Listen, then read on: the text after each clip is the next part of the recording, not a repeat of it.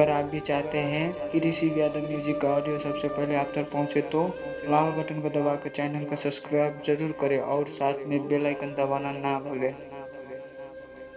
ऋषि Yadav present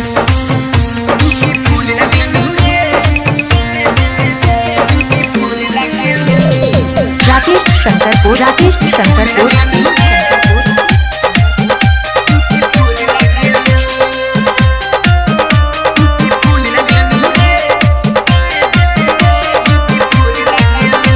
जब जालू गोरी बजरिया हिला के पतली कमरिया, जब जालू गोरी बजरिया हिला के पतली कमरिया, लाल ड्रेस में रानी तू बहुत फूल लगेलू, ब्यूटीफुल लगेलू, ब्यूटीफुल लगेलू, ब्यूटीफुल लगेलू रे, ब्यूटीफुल लगेलू।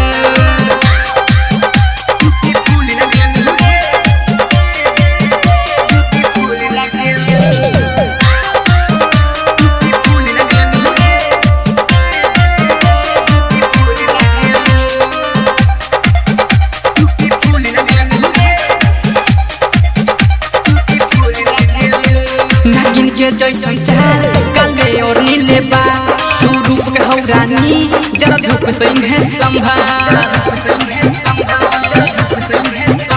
नागिन के जैसन चाल काले और नीले बाल, तू रूप के हौ रानी जरा धूप से इन्हें संभाल। सोना और चांदी से तू ज्यादा मूल्य लगेलू, ब्यूटीफुल लगेलू, ब्यूटीफुल लगेलू, ब्यूटीफुल लगेलू रे, ब्यूटीफुल लगेलू।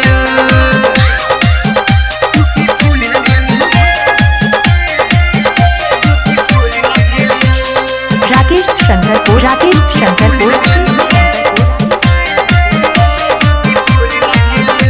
राइटर रंजन के अखिया देखे तोहरे सूरतिया, राजू रविंदर के जन्म मारे तोहरी बटिया।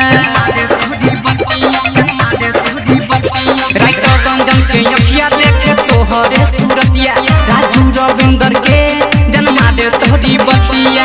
नशा में तू गोरी जैसे रेड फूल लगेलू, ब्यूटीफुल लगेलू, ब्यूटीफुल लगेलू, ब्यूटीफुल लगेलू रे, ब्यूटीफुल लगेलू। जब जालू गोरी बजरिया हिला के पतली कमरिया, जब जालू गोरी बजरिया हिला के पतली कमरिया, लाल ड्रेस में रानी तू बहुत फूल लगेलू, ब्यूटीफुल लगेलू, ब्यूटीफुल लगेलू, ब्यूटीफुल लगेलू रे, ब्यूटीफुल लगेलू। www.rcvyada.com